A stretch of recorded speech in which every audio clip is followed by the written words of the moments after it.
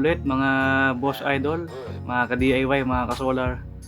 So about solar ulit. Ngayon ulit nakapag-post ng video about solar. Medyo busy sa ibang bagay, lalo na yung pagbumotor. Gusto ko lang i-share itong 24B setup ko. After 1 year na gamit, kung nakatipid nga ba ako o hindi, kung may naging aberya ba sa setup. Yan.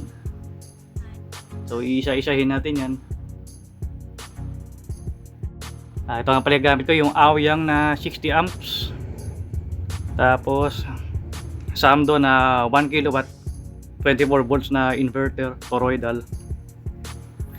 At Gentile na battery 100 Ah na 24 volts na nabidyohan ko naman na yan.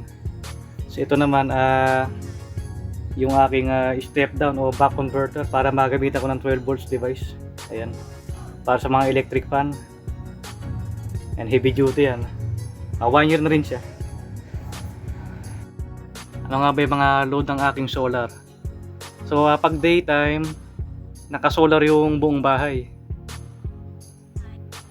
Pero lang yung mga high powered na yung tulad ng mga vacuum, yung plancha, naka-bypass yun para di mo persa kasi 1000 watts lang ito.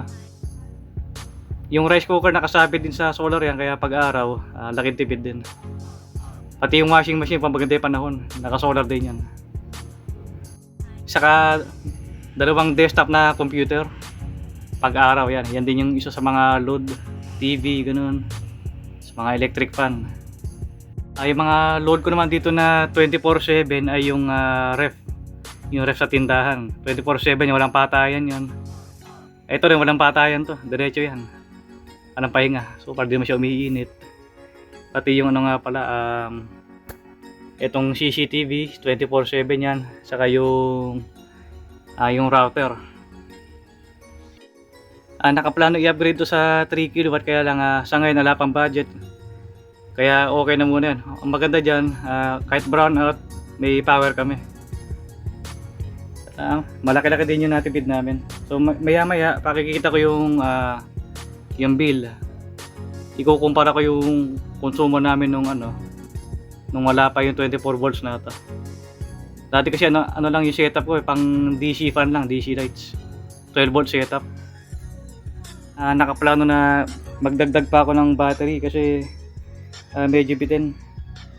Para sana 24 hours naka-solar yung buong bahay. Kaya naka-connecta sa DU. Sakali malubat, automatic magta-transfer naman siya. Pag bubaba na siya ng mga below 26 volts, automatic. Siguro mga 25.6 ganun. Lilipat na siya sa DU para hindi mo pwersa yung battery. May lang manual transfer switch. Ito bypass. Ito naman sa solar. Ito na kung nakatipid nga ba ako sa setup na ito.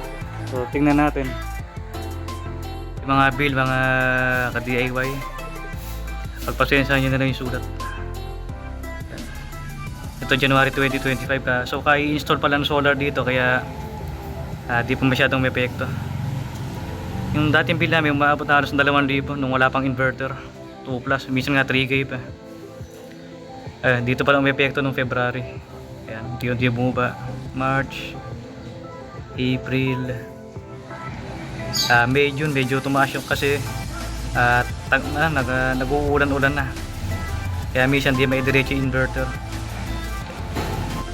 Ito yung bagong bill na binagi design. So yung 2024 yan yung naka solar setup pero wala pang inverter. Ayan, kitang-kita nyo mataas yung graph nya kumpara dito sa 2025. Ito kasi kay install pala ng solar dito. Yan, kulay pula na yan, 2025 January. Yan. Atong November nga pala medyo tumaas yung bill namin kasi marami gumagana na appliances kasi meron ginagawa dito sa bahay. Nagsisimento kami gano'n welding ng mga bakod. Siyempre gumagamit ng mga power tools kaya tumaas yung bill. Tapos bumaba naman ulit nung December naman, yan. Balik siya sa dati. Ayan. Yun yung latest bill ngayon, 513. So yun na talaga yung kalaban. Pag makulimlim, maulan, nililipat ko muna yung rep sa DU para di mapwersa yung battery. Pero yung mga electric pan ilaw, naka solar pa din.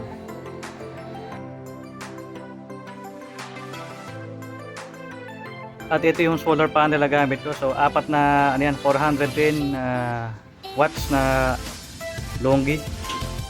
So bali nasa siya 1.64 kilowatt. Kung napapansin nyo, medyo hindi maganda yung orientation niya. Yung isa nakaharap sa south, isa naman nasa west side. Kaya around 70% lang yung nagagamit na power. So mas okay sana kung lahat ay nakaharap sa south para mas maganda yung harvest.